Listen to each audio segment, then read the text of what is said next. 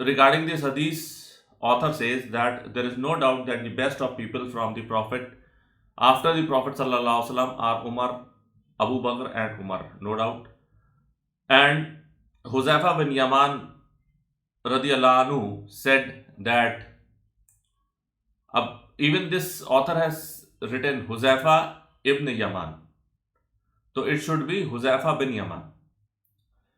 So Huzaifa bin Yaman radiyallahu anhu said that Allah's Prophet sallallahu alaihi wasallam said that follow those who come after me, that is Abu Bakr and Umar. This is hadith from Sunan Tirmizi 3663 and Musnad al-Ahmad 382. Yeah.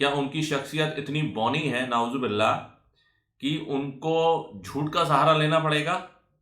ایسی باتیں جو اللہ کے نبی صلی اللہ علیہ وسلم نے نہیں فرمائی ان کا سہارا لینا پڑے گا؟ بالکل نہیں۔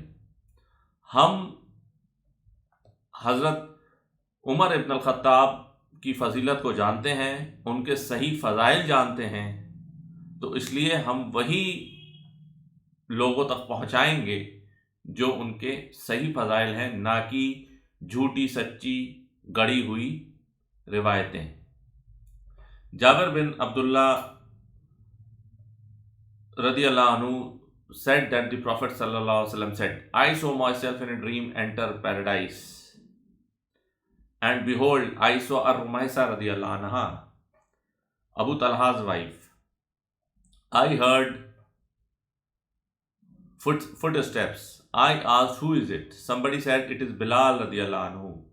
Then I saw a palace and a lady sitting in its courtyard.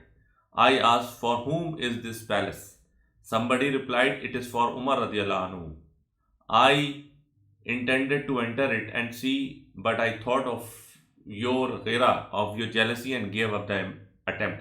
تو یہ رسول اکرم صلی اللہ علیہ وسلم کی قدر شناسی دیکھیں کہ آپ کی فضیلت کے سامنے تو حضرت عمر کی فضیلت کچھ نہیں ہے، انفیکٹ پوری کائنات کی فضیلت کچھ نہیں ہے، لیکن آپ میں اتنی حیا اور شرم و حیا تھی کہ آپ نے حضرت عمر کے جو محل میں انٹر نہیں کیا، صرف اس وجہ سے کہ کہیں عمر کو برا نہ لگے۔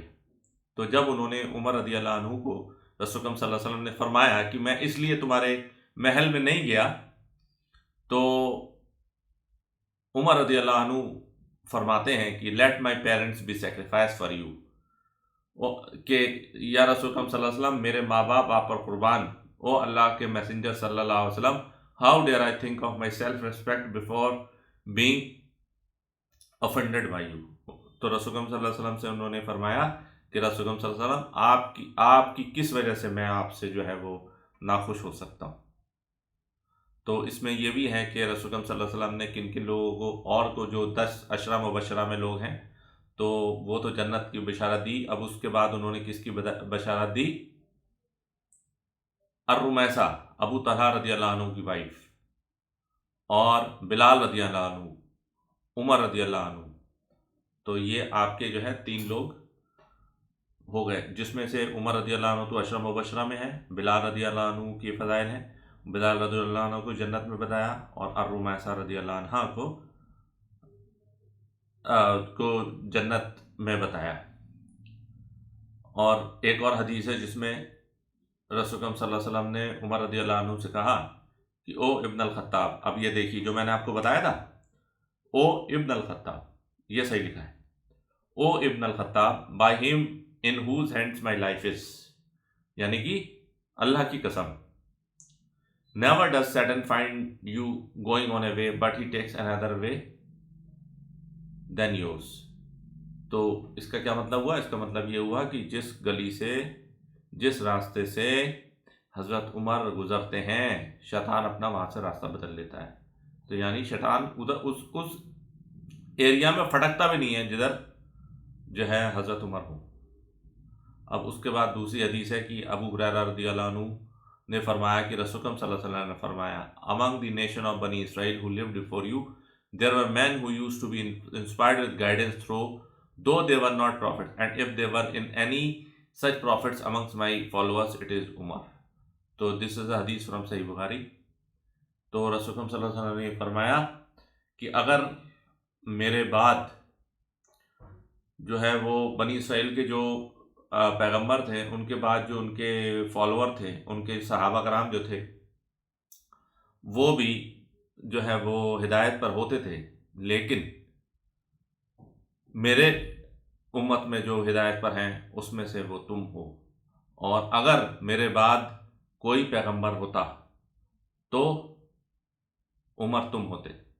اور ایسے ہی جو ایک حدیث ہے جس میں رسول اکرم صلی اللہ علیہ وسلم جب غزوہ تبوک پہ جا رہے تھے تو انہوں نے حضرت علی کو بھی یہی بولا تھا کہ علی، اگر میرے بعد کوئی پیغمبر ہوتا تو تیری نسبت مجھ سے ویسے ہی ہے جیسے موسیٰ کی ہارون سے تھی، بس فرق یہ ہے کہ میرے بعد کوئی پیغمبر نہیں۔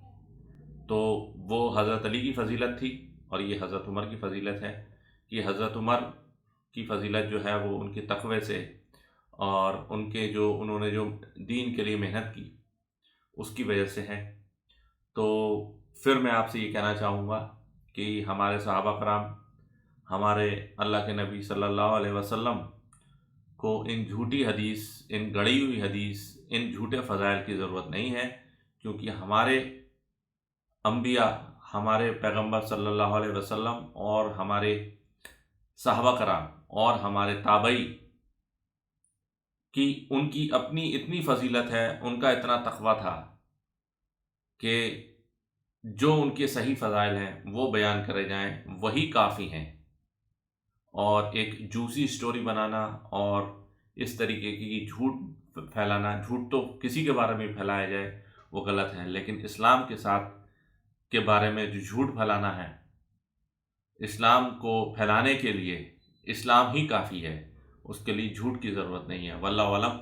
سبحانک اللہم و بحمدک، نشہد ان لا الہ الا انت، نستغفرک و نتوب الیک، وما علینا الا البلاغ المبین۔ جزاکم اللہ خیر۔ السلام علیکم ورحمۃ اللہ وبرکاتہ۔